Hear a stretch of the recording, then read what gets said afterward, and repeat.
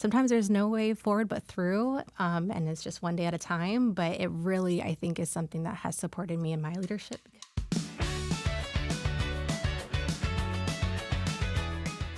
You're listening to Leading San Diego. I'm Veronica Prandi, Executive Director of Lead San Diego. And I'm Adrian Quintero from the David's Hart Foundation. Each episode, we sit down with lead alumni to explore real stories of community leadership across our region.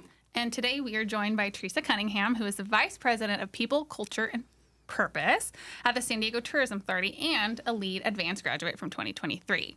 So Theresa leads work at the intersection of people, culture, social impact, and partnership building, which is a lot, and we'll get into all the details of it. But all of it is to help create San Diego as an inclusive destination. That's right. Yes. Yeah, I'm excited to have you here. We're so excited to have you. Quick warm-up question. When you walk into a room, how do you show up? Ooh, you're going deep right away. Got to. I think for me, it's really just being open.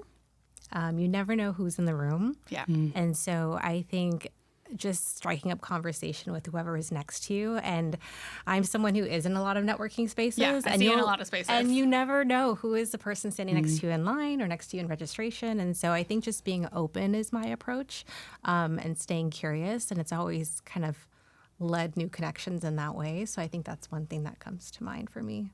Yeah. That's super cool. Yeah, that's always a tricky thing to navigate. Like, you never know if you're going to be standing next to the person that you were supposed to meet, or, it's really cool. You're always where you're supposed to be. Yeah. So I want to get into kind of your story, your leadership, your journey. I think you shared with us before you moved down from LA, but if your story had a starting scene, where would it be? I think my starting scene is really my parents. I'm a daughter of immigrants. My parents come from two very different international backgrounds, Sweden and Ethiopia. And they came to the U.S. to start a life here. And so I've always felt like I've had a global influence with my upbringing. And when I went into undergrad, I thought I was going to do international law and diplomacy. And that was my kind of big dream. That was my background as well. Yeah, and wanting to make a difference kind of on a really big scale. And so I think that has always been a through line, as well as just seeing the very different socioeconomic backgrounds that my parents came from. And I think that also influenced me in terms of where you live really determines some of the opportunities you can access. And that really what sparked my curiosity in the social justice space. I had pivoted from thinking about law to then education, finishing undergrad, and then took that into grad school and beyond, and have worked at the international level, and then the very deep local community level. And I feel like where I am now is at the regional level, and it's kind of a big to small to middle, and it's been a fun journey to kind of be at each of those different spaces and places. Yeah. So I also want to talk about a little bit of your background, because you're not just a professional. You have this like global influence from your parents, who come from two different cultures, but you're also a mom who is raising 3 kids under 9. Yes. So I'm sure you have a very lively household. Busy. It's a busy life. But lots of free time. But I'm sure all of that combined has really shaped the way that you lead, because you lead with a very people-focused approach. And your work now is in creating, culture and belonging and supporting others to thrive. So I'm sure like the way that your background has all kind of coalesced has really helped you in the roles that you find yourself now. It's pretty simple for me. I want my kids to have all the opportunities in the world, and I want their peers and neighbors in our community to do the same. And so I think really it's about making a difference in whatever sphere you're in. And for me, that's what I think about a lot, and what guides my journey in my career is how do I make the future better for the people that I love, both as familial, but also those in my immediate vicinity and beyond. So that's really kind of where it starts. And my kids are hilarious, and I think they humble me often in terms of as they should. in terms of just life. But no, being a mom and being a working mom brings its own unique set of challenges. But I also think it keeps us also very grounded in the sense of like, if I can do this, there's a lot of other things I can do. So that's what I would say kind of in that regard. Nice. That's really cool. So you've built a career in really like organizational development, strategy. I can already see by the way you're answering like questions, asking questions before this podcast too. What pulled you into that kind of work initially? Like, what was it like? I like creating things. Yes. And so I think, and I was reflecting on this, the last 3-4 jobs I've had were all new jobs. They didn't exist before I stepped into them. Wow. And so I think the ability to create something and really meet the needs of the organization, wherever it is in that point of time, has been really exciting. And I think the other part that I find very fulfilling is being able to establish things that weren't there before and then come back years later and they still are thriving, whether it's a program or initiative or an entity. And so that's what I find most exciting about the work I've gotten to do over the last decade or so here in San Diego. I love creating programs as well, and because you can kind of see, like you said, coming back a few years later, see the impact that something that was just an idea initially has really grown into its own. Which honestly, there's like tagline into Lead Advance. Advance was created in 2017 because someone had the idea of creating this program for women to help advance in their careers. So you completed it in 2023. So what was one moment during your lead experience that has really stayed with you since then? I know it's, still recent. It was 3 years ago. I mean, I think the biggest one was just the network of people that I was in the cohort with, women from all different walks of life at all kind of different sectors. But I think all having that same commitment to community and growing in service to your professional goals. And so I really reflect back, and there's many women who I still keep in touch with, and we meet up, and I work alongside with. So I think that really is the top thing I would say. But also the learning opportunities throughout the program were really exciting, and getting to hear lived experience from women in those leadership positions, I think, was my favorite part. Just having those folks come in and talk about, here's my journey, here's where I am. And so many of those stories resonated with me. And still to this day, I'm like, oh, I can do it because so-and-so talked about doing this with kids and all these other challenges and demands on their time. So. I think that's one of the important parts of it is you see someone in a leadership role and you kind of see them on this pedestal, like, well, I want to be there, but I bet their journey was perfect because I look at them and I idealize them as a leader. And in Advance, within the Her Story section, you're really able to hear the challenges that they've had to go through in their career. And I think it's a great opportunity for people to see themselves or see someone that's like, that experience was something I'm currently going through or I know I'm going to go through, and I can be successful, not in spite of it, but because of it. Yeah. Oh, I've noticed too, like on a few of the guests that we've had on this, the journey that some of these women have gone on, it wasn't in the department or maybe even the region or state or country that they were originally doing the work in. They have had like really deep personal moments and then started somewhere else. Like that journey kind of had brought a new life eventually later on.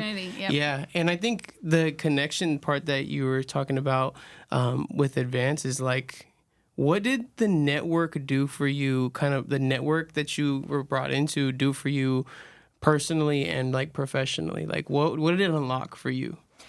I think a lot of it, kind of going back to what I was sharing earlier about creating things, I think if you have an idea and you don't know quite how to execute it yet, you ask somebody who's doing this already or what can you learn from them. And I think that was really a big advantage through some of the meetups we had and some of the kind of content in the program, just to see, oh, they're in that space, whether it's HR, whether it's partnerships, whether it's education. That's another person I can talk to. Yeah, regionally too. Like being able to know people all across the region. Oh, it makes San Diego so much smaller. And then you don't have to necessarily know the things about in this area or this area. You can just ask the question. That's really cool. That's super cool. Yeah. So you said you were inspired by the speakers who were working women and learning from others, and not just in the cohort, but I think when you hear those experiences, that really helps you feel seen. And we've talked about that as like you see a leader who's experienced in your background similar to you. How has that like shaped either how you approach your leadership or the programs and the services that you're able to provide? I mean, I think one thing for me is representation is so important. And so a lot of the programs I've worked with in the past and currently work with that is a big that's just what we focus on, is helping others. You can see it and believe it and do it. It's not, this thing hidden behind a curtain. We actually pull back that curtain and you get to meet folks. And I think for me, the other part of that is just really being able to access and have conversation like face to face. So that's a big part of it too. Speaking of those like face-to-face conversations, was there a conversation in advance that you remember either being a pivotal moment or something that you still carry with you today? Or maybe even a person that was there a specific I'll give you a perfect example. So during the Lead Advance program, I was actually in transition. So I was at one organization thinking about making a change to another organization and growing my career. It happened to be the person in the new organization was in the cohort, and we actually had coffee and sat down and talked about the opportunity, and I got to hear a little bit more about it. So I think just that simple of an example is one way that being able to have those conversations was valuable to me in that experience. Yeah. So let's fast forward to today and where you're at. What describes the work that you're doing in the region now? Yes, I currently am at the San Diego Tourism Authority, and we are the destination marketing arm for San Diego. I often think about we're in a way invisible to residents because we're the sales and marketing arm. So we're statewide, national, and global promoting San Diego. You don't need to market San Diego to those who have for already visitors to decided. come here. So if you're in San Diego, we know we love it. You're not going to see a commercial for us because you're already here. And so a big part of the work that I lead, both on the internal side and external side, is how are we creating an inclusive and welcoming workplace and destination for all, and really ensuring that the residents and people who live in San Diego can tap into the benefits of a tourism economy. It's the second largest economic driver for San Diego. And so ensuring that the opportunities through our visitor spending, meetings and conventions that come to town, leisure travelers, that's getting spread equitably across the region, and folks who may be underrepresented in the sector or don't know how to navigate the industry have an opportunity to do so through our programs and some of the marketing and sales that we do. So I'm a born and raised San Diegan, and I love to go be a tourist on the weekends and go do things that I haven't seen, and I often go to your website to find new things to do. So you can still market to local San Diegans. Absolutely. But let's talk about what it actually means to make San Diego an inclusive destination. Like, what type of work are you doing? And I know that you also run a program for local small businesses. That's right. So we have a program called our Tourism Accelerator. It was launched in 2021, actually in part influenced by the EDC's inclusive growth strategy. San Diego is majority small business, and so we were looking at how do we grow back inclusively coming out of the pandemic, which was very, very tough for the hospitality and travel sector. And so coming out of that, thinking about how do more small business owners get connected into opportunities in the industry. And the program started with 10 small businesses that identified as diverse owned, so women owned, LGBTQ+, people of color, and others that are underrepresented in the sector to get not only membership with the SDTA, but also additional support, education, and mentorship to grow their business. And that program started in 2022. We're now in year 5 here in 2026, and we've been able to scale and grow. And we've heard from our entrepreneurs and operators that they've been very successful through the resources they've gained. And it's just also for a visitor coming here, you might not be into the beach, you might be into the culinary and the arts. And so how do you find diverse and rich cultural experiences that speak to what you're looking for? We know those are found. We are more than the beach. We are more than, we love our beaches. Yes, we do, but we are more than them. But also there's such a diverse range of travelers and what they're seeking. So we want to be able to appeal to that in an authentic way, meanwhile supporting our own community. One thing I love about San Diego, and I can talk about all the things, but San Diego not just is an incredibly diverse community, but it is also, I think, the most biodiverse county as well. So I love that the region itself and the geography and that exists here kind of mirrors how diverse our communities are and that you are able to serve them. And it's a narrative we're elevating for San Diego, that we are a sustainable destination. In fact, part of how we grew our program this year is expanding opportunity to businesses with a focus on environmental sustainability. So also showing that as well for folks looking to tap into that too. That's really cool. What I know it's newly established, correct? Like newly established 501c3. And so... Or the Tourism Foundation. The Tourism Foundation, Tourism Tourism Foundation. Yes. So I know that you're especially excited about the sustainability and everything. And I know that you're excited about the newly established San Diego Tourism Foundation, a 501c3, which is an affiliate of the Tourism Authority. So what are you most excited about the foundation to be able to provide that wasn't possible before? Yeah, so This was 2 years ago. We completed our tourism stewardship plan. And really, it was a big community engagement survey. We asked residents, what do you love about San Diego? And then looked at what does San Diego need to remain competitive as a destination for the next 10 years? Because folks don't realize that we still compete against other places like Miami, Nashville, our neighboring states. So it really takes time to invest still. And so we thought about, okay, well, what are the ways that our stewardship plan wants us to focus on keeping us competitive? Some of the things that came through that plan were workforce development, small business empowerment, and that sustainability piece. And so the foundation is the 501c3 arm of SDTA and was really established to help bring in more resources to support the local initiatives that we believe are important. As I said before, so much of our funding is focused outside of San Diego. So the foundation really helps us bring in that support for those local things that we know are important to keep us competitive. That's really cool. Yeah, you guys have also, there's a couple of different facets of what you guys do, because a lot of it is media involved. And so as I think of like David's Harp and all that stuff, like it's really cool to think like you guys have another opportunity with who you guys are hiring for media and all those things. So that's really cool to think about the different facets of what you guys do. And we love working with storytellers of all types. Yeah. Both those homegrown here and those who are coming in and have a big following themselves. Well, you have to work, like Adrienne mentioned, like you have to work and collaborate all across the regions with different players and different stakeholders. So was LEAD, and I know you weren't in the role at the Tourism Authority when you started, but you obviously were able to create a network of 50 women and then be into the LEAD network. Did LEAD help accelerate your ability to like make those connections or work collaboratively across stakeholders? Absolutely. Yes. I think the people that I got to sit and lead with and see on a regular basis were certainly part of my network as I moved into this role. But also just knowing, I think it just deepened my understanding, not only the work of the LEAD program, but also the chamber itself. And how the chamber supports small businesses.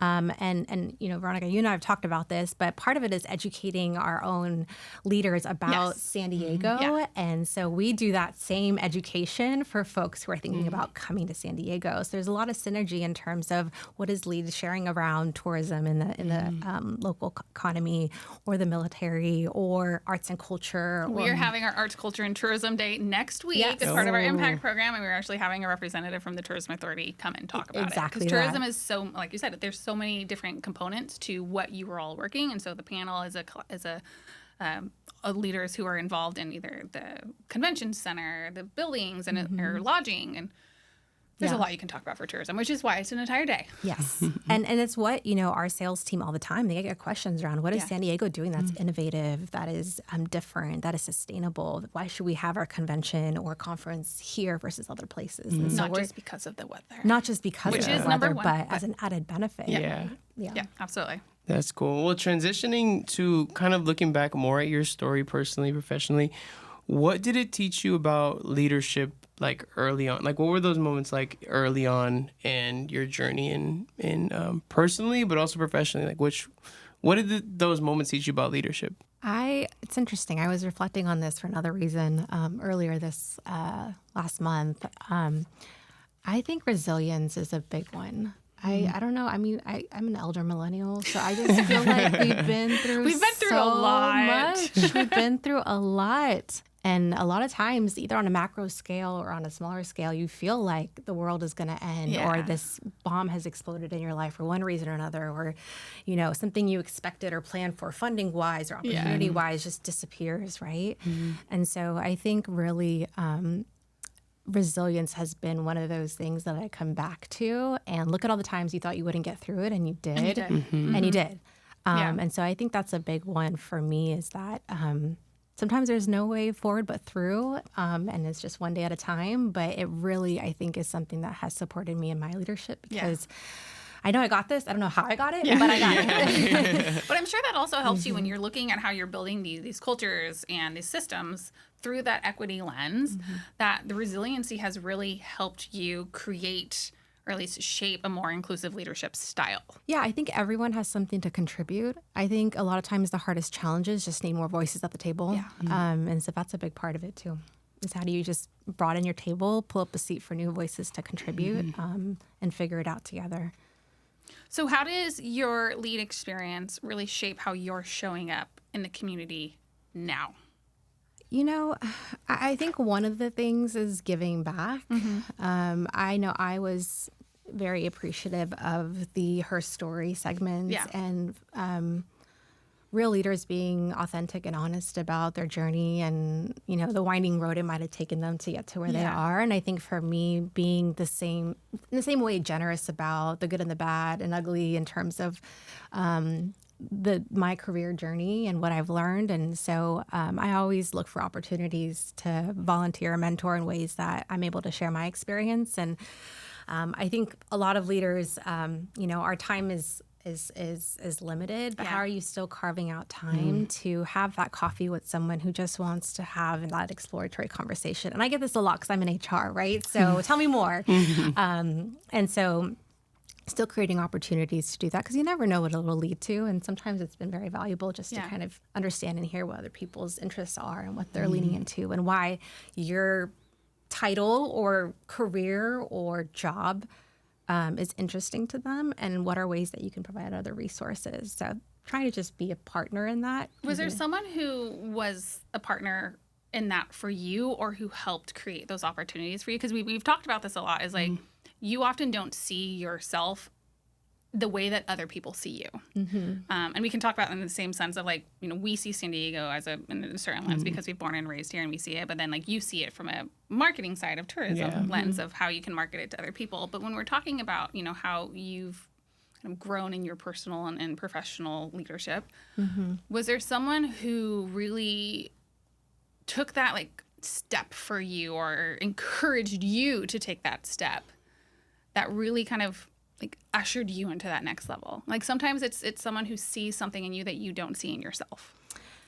I mean, I will say I've been very fortunate to work under incredible women in my career. So Julie Coker, Tamara Craver, and even prior to coming to San Diego, I had an incredible boss who sometimes gently pushed me into things that I wasn't myself feeling ready for, but she believed in me. And so I think just having people in your corner who believe in you and think that you can do something even when you might not always see it, I think is certainly something I've been privileged to have and am very grateful for, and try to do the same in spaces that I can as well.